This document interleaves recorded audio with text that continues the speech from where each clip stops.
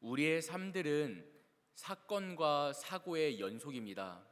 이런 일도 있고 저런 일도 있고, 어제는 어떤 일들을 겪으셨는지요? 어제는 어떤 일들을 경험하고 또 새벽에 이 자리로 달려오셨는지요? 어제 밤늦게부터 폭우가 쏟아져 내렸습니다. 그 중에 퇴근하시던 분도 계실 것이고, 비가 너무 많이 와서 또 여러 가지 차에서나 또 길에서나 어려움이나 난처함을 겪으신 분들도 계실 것입니다.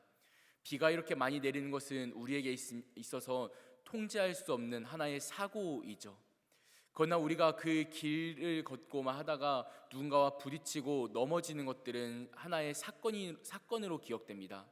그래서 우리는 그러한 여러 가지 사건과 사고들을 겪으면서 삶을 지내오죠. 그러나 우리 성경에서 기록된 말씀들은요, 어느 한 군데도 사고가 없습니다. 모든 것이 하나님의 사건들일 뿐이죠. 그리고 그 사건들은 때로는 읽는 사람들의 해석을 요구하게 됩니다. 이 성경을 읽다 보면은 모든 것들이 창조되던 창조의 사건으로부터 주님께서 다시 오시는 종말의 사건까지 하나하나가 무엇 하나도 사고처럼 일어나는 일이 없고, 우연처럼 일어나는 것들 없고, 통제할 수 없이 일어나는 것들 없이 모든 것들이 하나님의 계획과 모든 것들이 하나님의 일하심 가운데에 사건의 연속으로 펼쳐집니다. 오늘 말씀 에스더 4장도 그러한 하나님의 사건 중에 하나의 이야기입니다.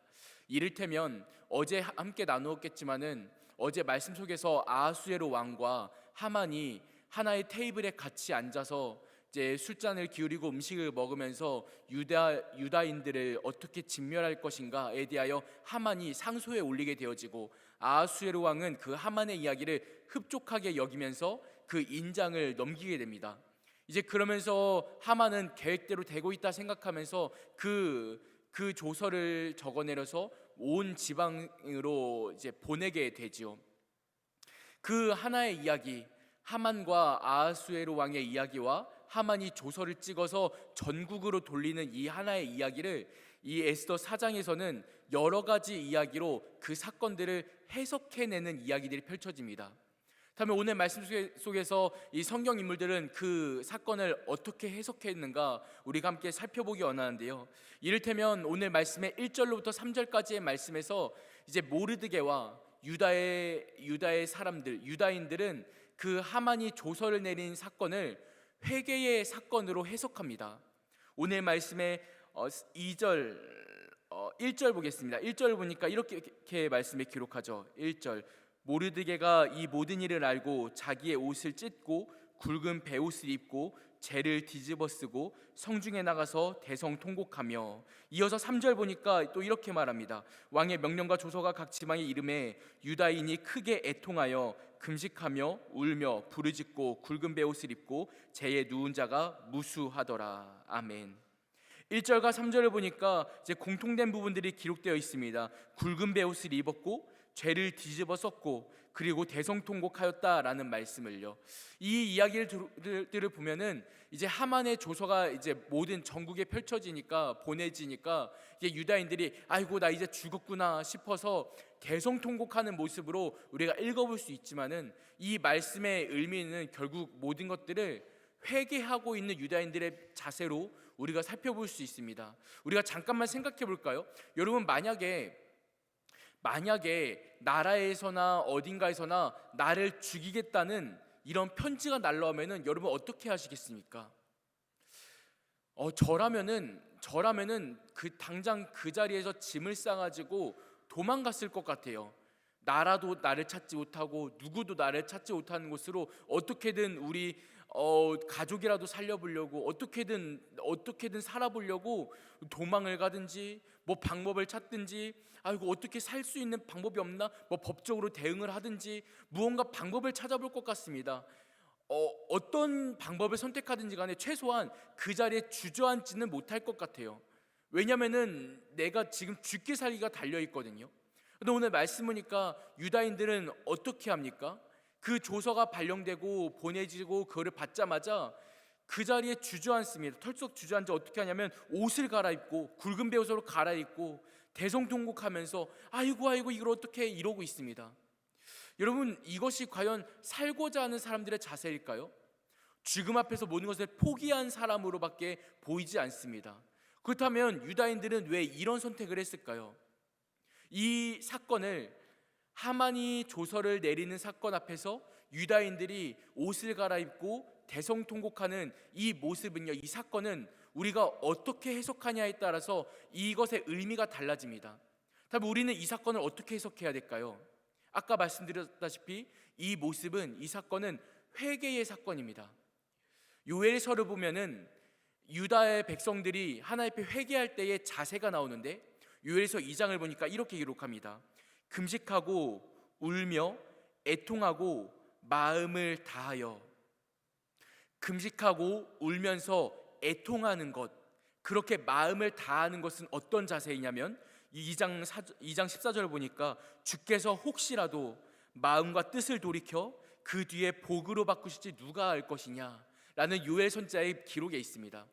그뿐만 아니라 이 당시 고대 근동지방 그리고 수많은 말씀들을 보면은 하나님 앞에 회개하며 마음을 겸비할 때의 공통된 자세는 굵은 베옷으로 갈아입고 주 앞에서 눈물을 흘리며 애통하는 것, 그리고 대성통곡하는 것, 이 모든 것들은 사람 앞에 하는 것이 아니라 하나님 앞에서 하는 행동임을 우리가 말씀을 통해 알 수 있고요. 그리고 이 모든 것들은 결국 하나님 앞에서 마음을 돌이켜 주 앞에 모든 것을 쏟아낼 때, 주님 앞에 모든 것을 향해 나아갈 때, 그럴 때에 나오는 자세가 굵은 베옷을 입고 울며 애통하는 것, 그리고 그것은 결국 이 모든 상황을 바꾸실 수 있는 하나님을 어떻게든 잡아보고자 하는, 그 지푸라기라도 잡아보고자 하는 심정으로 주님 앞에 나아갈 때에 그 회개하는 마음가짐이 바로 굵은 베옷을 입고 죄를 뒤집어쓰며 대성통곡하며 애통해하는 것, 금식하는 것, 이런 모습이라는 것이죠. 다시 말해 지금 모르드게와 그 유다인들은 그 조서를 보자마자 했던 첫 번째 선택은 모든 생업들을 내려놓고 내가 할 수 있는 살고자 하는 방법들, 도망치는 것이든 어떻게든 짐을 싸는 것이든 가족들을 챙기는 것이든 그 모든 방법들을, 모든 대안들을, 모든 것들을 저버리고 이들이 선택했던 유일한 방법은 하나님 앞에서 나의 자세와 나의 모든 것들을 회개하는 것, 주님 앞에 나가는 것. 여기서의 회개는 우리가 주님 잘못했습니다 이런 회개뿐만 아니라 더 깊은 의미로 왕을 바꾸어내는 것입니다. 내가 지금까지 다른 것들을 위해 살아갔다면, 내가 지금까지 다른 것을 붙잡았다면, 어떻게든 살기 위해 다른 방편을 붙잡았다면 그것들을 붙잡는 것이 아니라 이제는 오직 주님밖에 없음을 선택하겠습니다, 하나님만을 선택하겠습니다라는 심정으로 주님 앞에 나아가는 그러한 회개. 이 모르드게와 유다인들은 이 조서 앞에서, 나를 죽이겠다는 조서 앞에서 그 회개의 자세를 선택했다는 것이죠. 이들은 그 하만이 조서를 내리는 사건을 이렇게 해석했습니다. 회개해야 되는 사건으로 내가 이제 모든 것들을 내려놓고 주님밖에 없음을 고백해야 하는 때로구나 라는 것을 알았다는 것이죠. 여러분, 이러한 자세가 우리의 자세가 될 수 있기를 축복합니다. 우리의 삶 가운데서도 때로는 살 수 있는 국리를 다른 데서 찾을 수 있는 일들이 많을 것이에요. 돈을 붙잡을 수도 있을 것이고, 시간이 흐르면 알아서 해결되겠지, 시간을 붙잡을 수도 있을 것이고, 이걸 해결하려면 저 사람밖에 없어, 저 사람 붙잡으면 알아서 해결해 줄 거야, 사람을 붙잡을 때도 있을 것이고요. 여러분, 오늘날 무엇을 붙잡고 계십니까? 오늘날 내가 살 국리로, 내가 살 방편으로 무엇을 붙잡고 계십니까? 우리는 다양한 것들을 붙잡는 것으로 생각하고 나의 삶에 있는 하나의 사건을 가지고 다른 것을 붙잡는 사건으로 해석할 수도 있을 것이에요. 그러나 여러분, 성경은 그렇게 말하지 않습니다. 결국은 이 모든 것들은 돈이든 시간이든 사람이든 모든 것은 하나님의 피조물 밖에 되어지지 않거든요. 결국 우리의 삶에서 우리의 사건을 해결해 줄 수 있는 유일한 방편을 하나님밖에 없음을 성경은 고백합니다. 그러므로 오늘 이 새벽 이 기도의 시간 가운데 우리의 삶에서 일어나는 우리의 사건을 해석함에 있어서 오직 유일한 방편으로, 결국 그 마지노선으로는 하나님만을 붙잡는 여러분 될 수 있기를 간절히 축복합니다. 주님만이 나의 삶을 통제하실 수 있고 주님만이 나의 삶의 결국이실 수 있으며 주님만이 나의 삶의 알파이며 오메가이실 수 있음을 고백하는 이 새벽 될 수 있기를 간절히 축복합니다. 그렇기에 모르드게와 유다인들은 그 다른 살 수 있는 방편들, 도망칠 수도 있을 것이고 돈을 써서 다른 관직들을 통해서 어떻게든 방법들을 찾아볼 수 있을 것이고 수많은 우리의 생각 속에 떠오르는 수많은 방법들 가운데 다른 것을 선택하는 것이 아니라 오직 하나님 앞에서 굵은 베옷을 입고 애통하며 금식하며 울며 부르짖고 죄에 누운 것들, 죄를 뒤집어 쓰는 것들, 이 모든 것들은 사람 앞에서가 아니라 다른 것 앞에서가 아니라 오직 하나님 앞에서 나의 마음가짐을 회개하며 주님만을 붙잡겠다는 고백이었음을, 그러한 사건으로 해석할 수 있음을 우리가 볼 수 있다는 것이죠. 그렇게 유다인들은 하나님 앞에서 나아갑니다. 하나님 앞에 고백합니다. 그리고 두 번째로 또 다른 사건이 등장하는데 이제 에스더와 모르드게의 이제 주고받는 이야기가 펼쳐지죠. 이들의 이야기 속에서는 이제 내시인 하닥을 통해서 에스더가 모르드게에게 이게 어찌된 일인가 연유를 살펴보게 되어지고, 그리고 모르드게는 지금까지 일어나고 있는 이야기들을 에스더에게 내시 하닥을 통하여 전달하게 되어지고, 그러면서 이제 어떻게 할 것인가를 의논하게 되어지는데, 그 중에서 13절과 14절을 보면은 우리가 모르드게가 이 사건을 어떻게 보고 있는가에 대한 자세를 볼 수 있는데요, 모르드게는 지금 유다인들이 진멸하게 되어지는 이 모든 사건들을 어떻게 해석하고 있냐면은, 모르드게는 이 이야기를 구원의 사건으로 해석하고 있음을 알 수 있습니다. 구원의 사건이요. 우리가 14절 함께 볼까요? 14절 보니까 모르드게가 에스더에게 이렇게 말합니다. 이때에 내가 만일 잠잠하여 말이 없으면 유다인은 다른 데로 말미암아 노임과 구원을 얻으려니와 너와 내 아버지 집은 멸망하리라. 내가 왕후의 자리를 얻은 것이 이때를 위함이 아닌지 누가 알겠느냐 하니. 여기서 다른 말씀들은 다 이해가 되는데요, 우리가 좀 이해하기 어려운 부분이 있습니다. 그게 무엇이냐면 중간절인데요, 유다인은 다른 데로 말미암아 노임과 구원을 얻으려니와, 네가 만일 잠잠하여 말이 없으며 유다인은 다른 데로 말미암아 노임과 구원을 얻으려니와, 이 부분입니다. 이 말씀을 어떻게 이해할 수 있을 것인가? 유다인이 다른 데로 말미암아 노임과 구원을 얻는 것이 무슨 말인가? 라는 부분에 대해서 또 때로는 신학자들마다 의견이 분분하기도 한데요, 이 말씀은 그다지 어렵지가 않습니다. 모르드게에는 믿음이 있었거든요.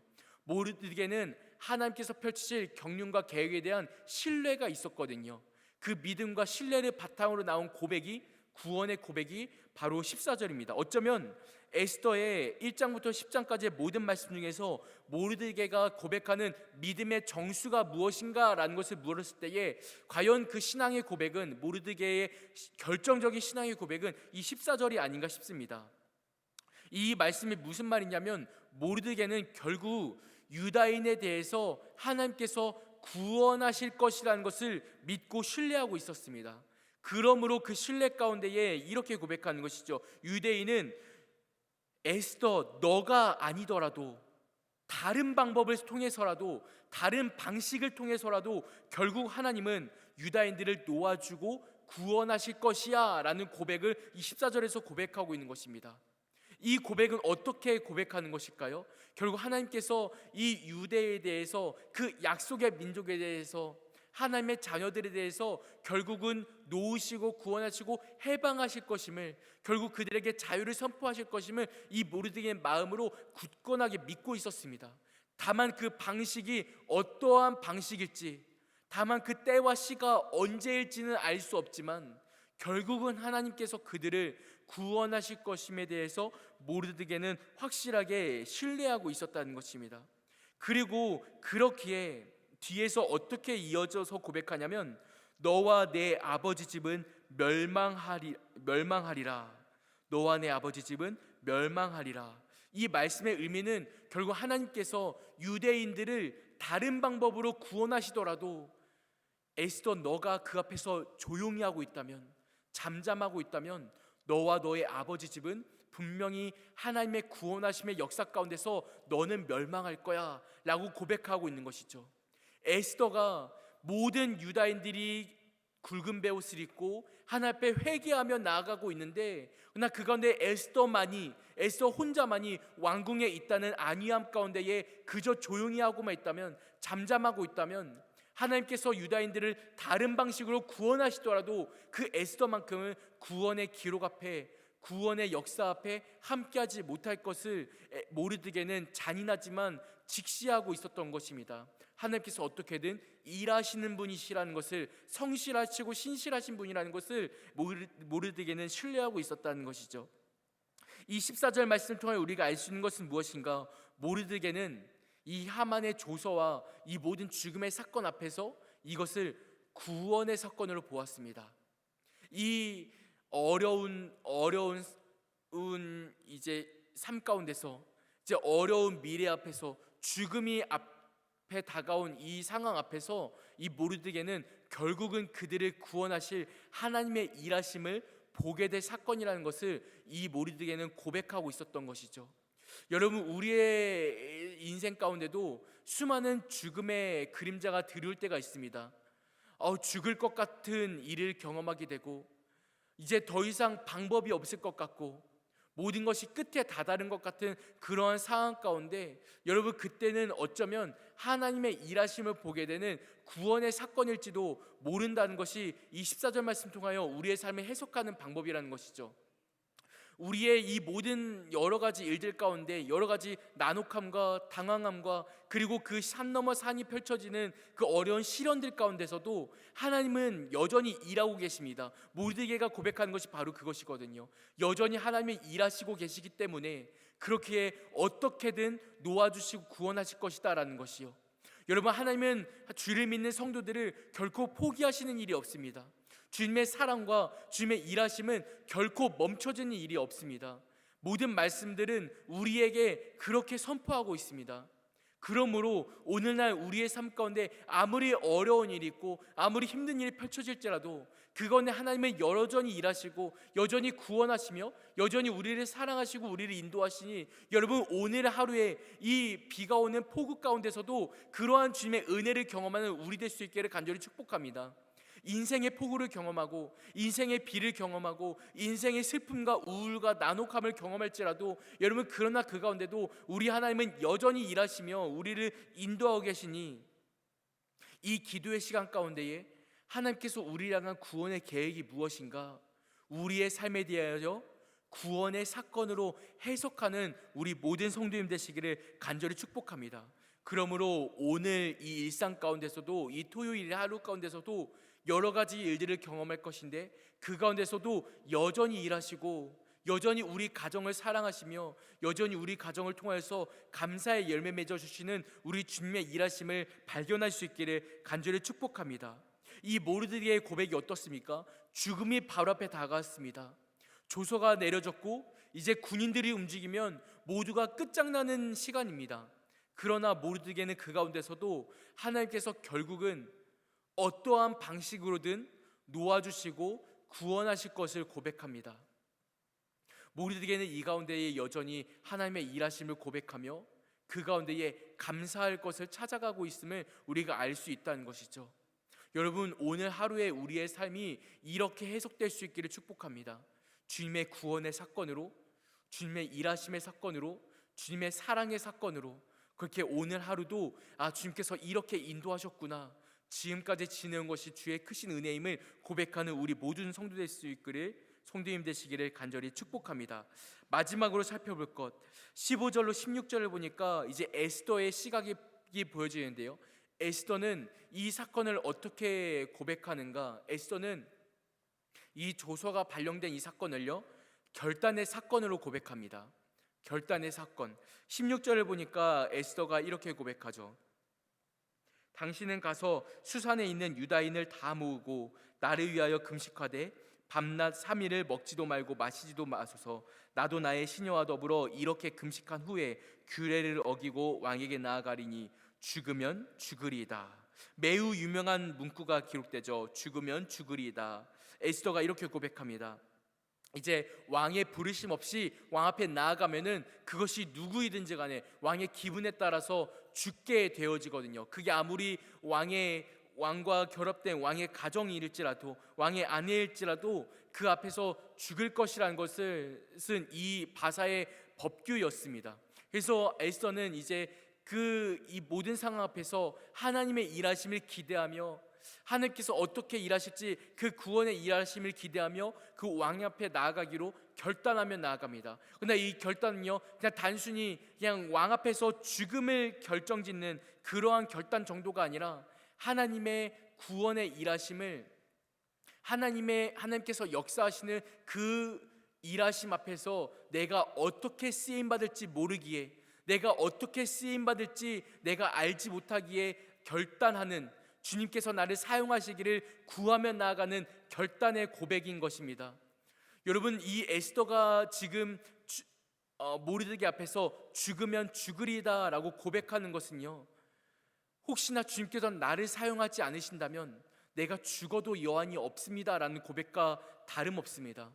혹시나 하나님께서 나를 구원의 도구로 사용하시지 않으신다면, 그리하여 나를 죽게 하신다면, 그렇다면 내가 지금 죽게 되더라도, 내가 지금 이 육신을 죽더라도 결국은 하나님 앞에서 내가 주의 자녀로서 구원받을 것임을 알기에 고백할 수 있는 결단이라는 것이죠. 여러분, 이것을 우리의 삶으로 좀 더 쉽게 풀어볼까요?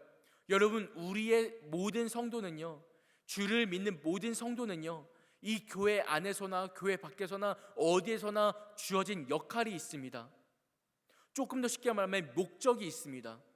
나를 이 땅에 보내신 목적이 있고요, 나를 이 교회로 보내신 목적이 있고요, 아무리 왼수 같은 인간일지라도 그 사람을 나에게 만나게 하신 목적이 있습니다. 그것을 믿음으로 사는 것들이 모든 성도입니다. 하나님을 믿는 거룩한 백성들은요, 어디에서든지 그 거룩함을 끼치는 목적이 있습니다. 오늘 내가 직장을 가는 목적이 있고요, 내가 오늘 가정으로 다시 돌아가는 목적이 있고요, 내가 오늘 이 새벽에 교회에 나와서 기도하는 목적이 있고요, 또 내가 이 주일에 이 사람들과 만나서 교제하는 목적이 있고요, 내가 오늘도 전도회에서, 목장에서, 교구에서, 부서에서 다양한 곳에서 역할을 맡아서 봉사하며 일하며 섬기는 목적이 있습니다. 그 목적이 무엇일까요? 하나님께서 왜 나를 그 자리로 보내셨을까요? 때로는요, 우리는 그 이유는 알지 못합니다. 하나님께서 왜 나를 이 자리로 보내셨는지, 왜 나에게 이런 직분을 감당하게 하셔서 나에게 이러한 어려움을 만나게 하시는지, 이런 괴로움을 겪게 하시는지. 교회 아니라고 평안하기만 합니까? 기쁘기만 합니까? 여러분, 그렇지 않습니다. 교회 안도요, 결국은 죄인들의 공동체이다 보니까 또 참 나를 아프게 하는 사람 또 나를 아프게 하고, 또 나를 힘들게 하는 사람들 또 힘들게 하고, 공동체를 흔드는 사람들은 어느 때나 언제든지 존재하고요, 참 어려운 일들이 많이 있습니다. 우리는 알 수 없습니다. 왜 이런 사람들을 만나게 하시고 이런 일들을 겪게 하는지요. 여러분, 그러나 결국 우리가 잊지 말아야 할 것, 잃어버리지 말아야 할 것은요, 내가 이 자리에 있음을 통해서 하나님께서는 결국 그 모든 일들을 구원하심으로 이끌어 가신다는 것이죠. 내가 이 교회에 있음을 통해서 하나님께서 우리 교회를 구원의 역사 가운데 동참시키려는 계획이 있으시고, 내가 나를 이 직장으로 보내심을 통하여서 우리의 직장 가운데, 우리 직장 동료 가운데에 하나님께서 어떻게든 구원의 역사로 동참시키려고 하시는 계획이 있으시다는 것이고, 또한 나를 이 부서와 이 교구와 이 교회 가운데에 있음을 통해서 하나님께서 나를 통하여 어떻게든 구원의 계획을 펼쳐내고 계시다는 것입니다.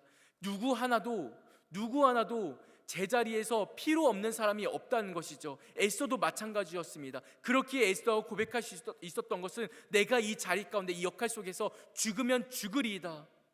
하나님께서 나를 혹시나 사용하지 않으시더라도 결국에는 그 사용하지 않으심 또한 구원의 계획임을 고백하고 있다는 것이죠.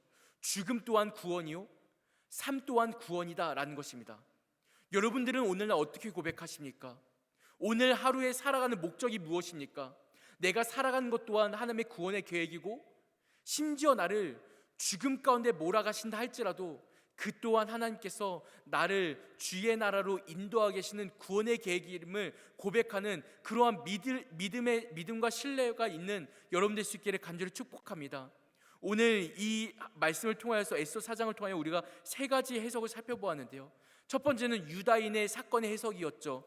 유다인들은 이 사건들을 회개의 사건으로 보았습니다. 죽음 앞에서 회개하고자 하는 열정으로 이 굵은 베옷을 입고 애통하며 나아가며 금식하며 죄를 뒤집어 썼습니다. 하나님 앞에서 왕을 바꾸며 주님밖에 없음을 고백하며 나아갔던 것이죠. 두 번째로 모르드게는 이 죽음 앞에서 구원의 사건으로 해석하였습니다. 결국은 구원하실 분은 하나님이시며 어떤 방식으로든 나를 구원하실 것임을 신뢰하며 고백했죠. 세 번째로 에스더는 이것을 결단의 사건으로 보았습니다. 주께서 나를 살리시든지 나를 죽이시든지 그리 아니하실지라도 결국은 이 모든 것이 하나님의 경륜과 계획 가운데 구원의 역사임을 고백하는 것이 죽으면 죽으리다 라는 에스더의 고백이었습니다. 여러분들은 오늘 하루 어떻게 살아가시겠습니까? 누군가에게는 회개가 필요할 때도 있고, 누군가는 구원이 필요할 때도 있고, 누군가는 결단이 필요할 때도 있습니다. 여러분, 그러나 이 모든 말씀들이 향하는 방향은 무엇이냐면요, 이 죽음 앞에서도 하나님께서는 이들을 포기하지 않으셨다라는 것입니다. 에스더 4장은요 매우 슬픈 분위기로 기록됩니다. 담담하게 기록되어 있지만 이 안에는 매우 슬픈 정서가 깔려 있습니다. 모두가 죽을 위기에 처해 있거든요. 그러나 에스더 4장이 지나고 5장이 지나고 6장이 지나고 계속 쭉 보면요, 하나님께서는 결국은 어떻게 해서든 퍼즐을 짜맞추듯이 이들을 구원해내는 이야기임을 우리가 결국은 알게 된다는 것이죠. 여러분, 오늘 나의 삶은 어떻습니까? 죽을 것 같은 위기가 있고 죽을 것 같은 상황이 있고 어려움이 있을지라도 여러분 기억하십시오. 그럼에도 하나님께서는 이 새벽 가운데 우리로 하여금 지푸라기라도 잡는 심정으로 기도하게 하셨습니다. 다시 한번 회개할 수 있는 기회를 주셨고, 다시 한번 구원을 볼 수 있는 기회를 주셨고, 그러한 믿음의 눈을 열게 하셨으며, 그리고 결단할 수 있는 이 자리를 열어두셨습니다. 그러므로 오늘 우리 또 기도하며 주 앞에 나아갈 수 있는 것이죠. 여러분, 이 새벽에 누가 주 앞에 회개하며 나아가시겠습니까? 이 새벽에 누가 주 앞에 기도하며 나아가시겠습니까? 누가 에스더와 같이, 모르드게와 같이, 유대인들과 같이 누가 주 앞에서 간절히 부르짖어 기도하며 나아가시겠습니까? 그 사람이 바로 내가 될 수 있기를. 주님, 내가 주 앞에 이렇게 나아갑니다. 주님밖에 구원하실 분이 없으시니 죽으면 죽으리이다. 내가 주 앞에 결단하며 나아가겠습니다. 이러한 고백하며 나아가리. 여러분, 누가 있으시겠습니까? 그 사람이 바로 내가 될 수 있기를, 우리 교회가 될 수 있기를. 이 민족 가운데 주님께 찾으실 때에 이 부산에, 이 영락교회 안에 내가 있습니다, 이렇게 고백하며 주 앞에 부르짖는 이 새벽 될 수 있기를 간절히 축복합니다. 기도하겠습니다. 살아계신 하나님, 감사합니다. 죽음의 위기 앞에서 주님 앞에 굵은 베옷을 입고 그리고 통곡하며 죄를 뒤집었으며 나아가는 유대인들, 그리고 죽음의 위기 앞에서 이 모든 것들을 구원하며 놓아주시고 자유롭게 하실 분은 하나님밖에 없음을 고백하는 구원을 보는 모르드게, 그리고 죽음의 위기 앞에서 어떻게 되든지 간에 결국은 주님께서 일하실 것임을 신뢰하며 나가는 에스더의 그 결단의 고백, 주님, 이 모든 것들이 결국은 우리 삶에 있는 일들임을 우리가 다시 한번 고백해 하시니 감사합니다. 하나님, 때로는 나의 삶이 죽음의 위기와도 같고 나의 삶이 지금 죽을 것 같은 이 위기 앞에서도 하나님, 그럼에도 이 말씀을 통하여서 구원하시는 이 오직 주님밖에 없음을 다시 한번 고백하며 나아갑니다. 하나님, 이 새벽 가운데에 우리 모든 성도들을 돌아보아 주시고 우리 모든 성도들의 삶 가운데 위로가 되어 주시고 돌봄이 되어 주시며 그리고 구원이 되어 주시어서 주님, 우리의 삶에 방패 되시는 분, 요새 되신 분 주님밖에 없음을 다시 신뢰하며 부르짖어 기도하는 이 새벽 될 수 있도록 인도하여 주시옵소서. 그리하여 이 기도를 통하여서 하나님을 더욱더 신뢰하게 하시고 주님을 더욱더 붙잡는 이 새벽 되게 하시어서 우리의 모든 상황 가운데 돌파하는 믿음을 허락하여 주셨고, 이 모든 새벽 가운데에 주님 앞에 모든 것을 고백하며 주 앞에 내려놓고 주님을 붙잡는 이 새벽 될 수 있도록 하나님, 우리의 모든 심령을 인도하여 주시옵소서. 주 앞에 이러한 고백하며 감사 예물 드리는 성도들이 있습니다. 모든 성도들의 기도 제목 주여 들으시옵고 흠양하여 주셔서 주 앞에 더욱 감사할 제목들이 넘쳐나는 오늘 하루 되게 하여 주셨고, 오늘 하루가 끝마쳐질 때에 주님, 우리의 오늘 삶을, 오늘 하루를 인도하신 분도 주님이시고 모든 것이 주님의 은혜임을 고백하는 모든 성도 될 수 있도록 주여 인도하여 주시옵소서. 그렇게 하심을 믿사오며 살아계신 예수님의 이름으로 기도합니다. 아멘. 하늘에 계신 우리